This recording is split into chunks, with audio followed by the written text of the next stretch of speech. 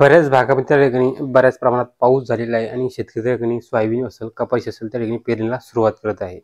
बऱ्याच भागात पेरण्या पूर्ण झाल्या सुद्धा.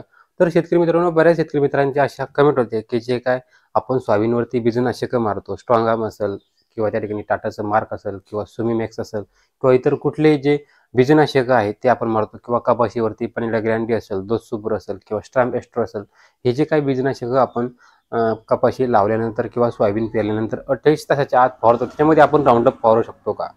तर का फवारायचं किंवा फवारल्यानं काही फायदा तोटा होतो का, या संदर्भात परिपूर्ण माहिती आपण आजच्या व्हिडिओमध्ये जाणून घेणार आहोत. नमस्कार, मी आहे आपला होस्ट अँड दोस्त योगेश्वर बोंद्रे.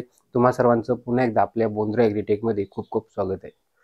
शेतकरी मित्रांनो, आता हे जे काय स्ट्रॉंग आर्म आहे, हे स्ट्रॉंग आर्म एक प्रकारचं बीजनाशक आहे. हे म्हणजे काय, तुमच्या शेतामध्ये जे काय पडलेले बीजनाशक आहे, जर तुम्ही सोयाबीन शेतामध्ये स्ट्रॉंग आर्म फवारत असाल तर सोयाबीनमधील जे काही तणांचे बीज आहे ते बीज मारण्याचं काम त्या ठिकाणी हे स्ट्रॉंग आर्म करत असतं. तसंच आपल्या कपाशी पिकामध्ये सुद्धा त्या ठिकाणी जे काय आपण दोस सुपर किंवा पनिला ग्रँडी किंवा स्टॅम्प एक्स्ट्रा मारतो, हे फवारणी केल्यानंतर काय होतं की जे काय कपाशी पिकामधले जे काही बीजनाशक आहे किंवा जे काही बीज आहे ते मारण्याचं काम त्या ठिकाणी हे तणनाशक करत असते. आता तुम्हाला हे बीजनाशकाचं काम कळलं, मग त्याच्यामध्ये राऊंडअप का बरं टाकायचं? आता काय माहिती का, पाऊस 8 दिवस अगोदर सुरू होत असतो. पहिले सुरुवातीला कमी पडतो, नंतर जास्त पडतो. मग जमिनीमध्ये पुरेशी ओल झाल्यानंतर आपण पेरणीला सुरुवात करत असतो.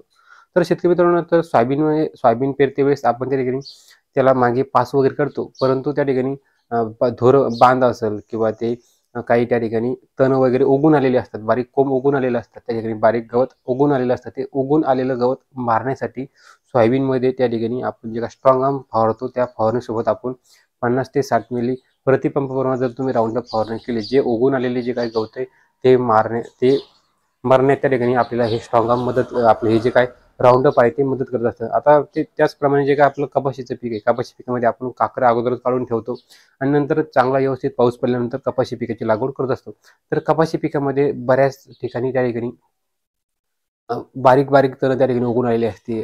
बांधानं असेल, धुऱ्यानं असेल किंवा इतर त्या ठिकाणी भरपूर तण त्या ठिकाणी उगून आलेली असते. उगून आलेले तण मारण्यासाठी आपल्याला त्या ठिकाणी राऊंडअप मारायचं असतं आणि त्याच्यामध्ये मारल्यामुळे कुठल्याच प्रकारचा त्या ठिकाणी तोटा वगैरे होत नाही. फक्त फवारणी करताना काय करायचं की जे आपण राऊंडअप फवारणी करणार आहोत ते 28 तासाच्या आतच फवारायचं. म्हणजे तुम्ही आज पेरणी केली तर उद्या किंवा परवाच्या दुपारपर्यंत तुम्हाला आजच त्या ठिकाणी हे काय फवारणी आहे ते करून घेणं गरजेचं आहे. शेतकरी मित्रांनो, व्हिडिओ कसा वाटला कमेंट करून नक्की सांगा आणि अशाच शेती संदर्भात परिपूर्ण माहितीसाठी आपलं बोंद्रे ॲग्रीटेक हे जे काय पेज आहे कृषी फायबरचं, ते फॉलो करायला विसरू नका. पुन्हा भेटूया अशाच एका नवीन व्हिडिओमध्ये. तोपर्यंत धन्यवाद.